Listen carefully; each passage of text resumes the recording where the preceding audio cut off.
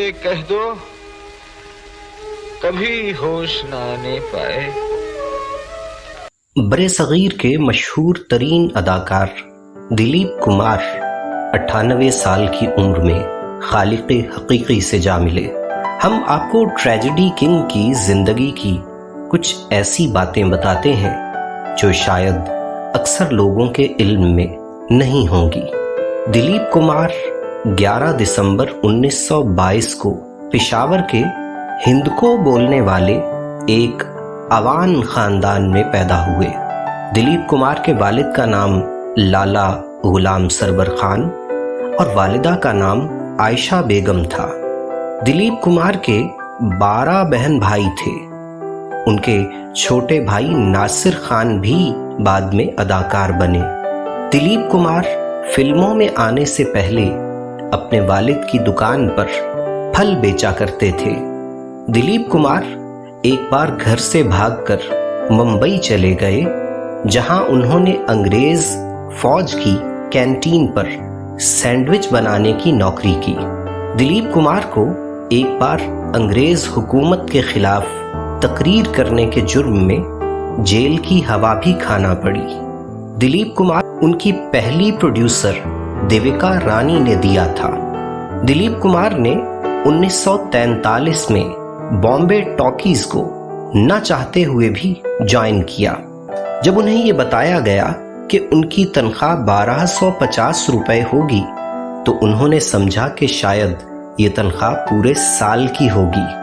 ताहम उन्हें बाद में पता चला कि 1250 रुपए तो सिर्फ एक महीने की तनख्वाह हुआ करेगी। दिलीप कुमार के सबसे करीबी दोस्त राज कपूर थे, जो खालसा कॉलेज मुंबई में उनके साथ पढ़ते भी रहे थे। दिलीप कुमार की पहली फिल्म जवार भाटा 1944 में रिलीज हुई, ताहम ज्यादा कामयाब न हो सकी। उनकी पहली कामयाब फिल्म जुगनू थी, जो 1947 में रिलीज हुई, जिसमें उनकी हीरोइन मैडम नूरजहां थीं। दिलीप कुमार बेहतरीन अदाकार का फिल्म फेयर अवार्ड लगातार 3 बार जीतने वाले वाहिद अदाकार हैं। उन्होंने ये अवार्ड 1955, 56 और 57 में जीता। दिलीप कुमार की 2 ब्लैक एंड व्हाइट फिल्मों मुगले आजम और नया दौर को 2004 और 2008 में रंगीन बनाकर दोबारा रिलीज किया गया।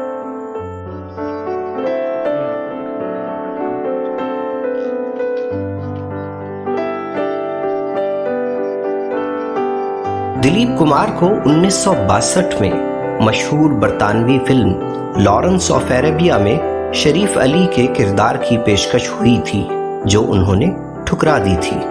दिलीप कुमार अच्छा गा लेते थे। उन्होंने अपनी फिल्म मुसाफिर का गाना लागी नाही छूटे रामा खुद गाया था।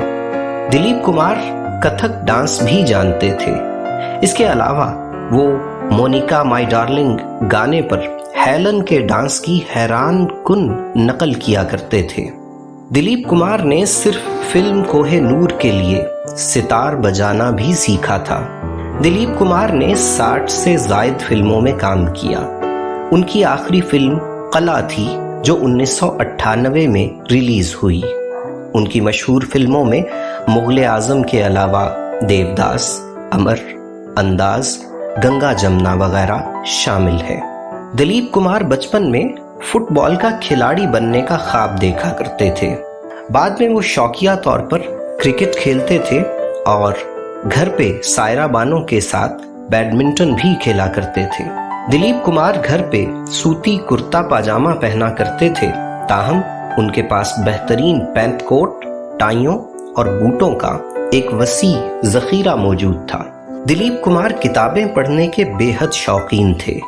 उनकी लाइब्रेरी में उर्दू अंग्रेजी के साथ फारसी किताबें भी मौजूद हैं। दिलीप कुमार जवाहरलाल नेहरू को अपना आइडियल समझते थे।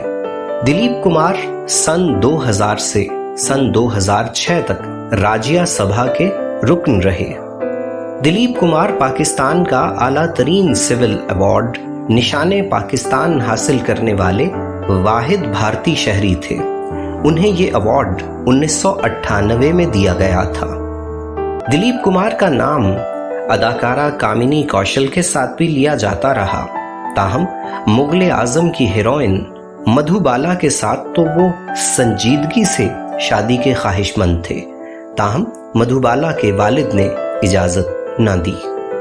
दिलीप कुमार ने सायरा बानो के साथ पहली बार फिल्म जंगली में काम किया और उसके बाद जल्द ही दोनों की शादी हो गई। दिलचस्प बात यह है कि दिलीप कुमार ने पहली बार सायरा बानो के साथ फिल्म करने से ये कहकर इनकार कर दिया था कि ये तो मुझसे बहुत छोटी है। ताहम शादी के वक्त दिलीप कुमार की उम्र 44 जबकि सायरा बानो की उम्र 22 साल की थी।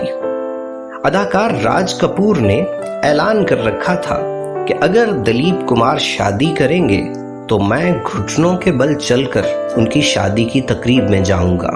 जब दिलीप कुमार ने 1966 में शादी की तो राज कपूर वाकई घुटनों के बल चलकर शादी में शरीक हुए। दिलीप कुमार ने 1980 में आसमा रहमान से दूसरी शादी की जो सिर्फ 2 साल चल सकी। दिलीप कुमार इस शादी को अपनी जिंदगी की सबसे बड़ी गलती कहा करते थे। दिलीप कुमार अपने उरूज के दौर में एक फिल्म का मुआवजा 5 लाख से 11 लाख रुपए तक वसूल किया करते थे, जो यकीनन उस दौर में एक भारी मुआवजा था। शादी के इब्तिदाई दौर में सायरा बानो का 8 माह का बच्चा पेट में ज़ाय हो गया था, जिसके बाद ये जोड़ा कभी माँ बाप न बन सका। ताहम उन्होंने इस बात पर कभी दुख का इजहार नहीं किया। सायरा बानो ने बताया कि उनके घर में सिर्फ और सिर्फ दिलीप साहब की पसंद ही का खाना बना करता था। फकत 16 बरस की उम्र में दिलीप कुमार के इश्क में मुब्तला हो जाने वाली सायरा बानो मोहब्बत का हक अदा करते करते 77 वर्ष की उम्र में बेवा हो चुकी हैं। ताहम उनका कहना है कि दिलीप साहब के साथ गुजारा हुआ हर लम्हा खुदा की खास इनायत था। अगर मुझे एक जिंदगी और मिल सकती तो भी मैं दिलीप साहब के साथ ही यही जिंदगी दोबारा से गुजारना चाहती। दिलीप कुमार ने अपना ट्विटर अकाउंट 2011 में बनाया था और पहला ट्वीट अपनी 89वीं सालगिरह पर किया था और अब उनके खानदान ने उनके इंतकाल की खबर भी इसी अकाउंट से ब्रेक की है।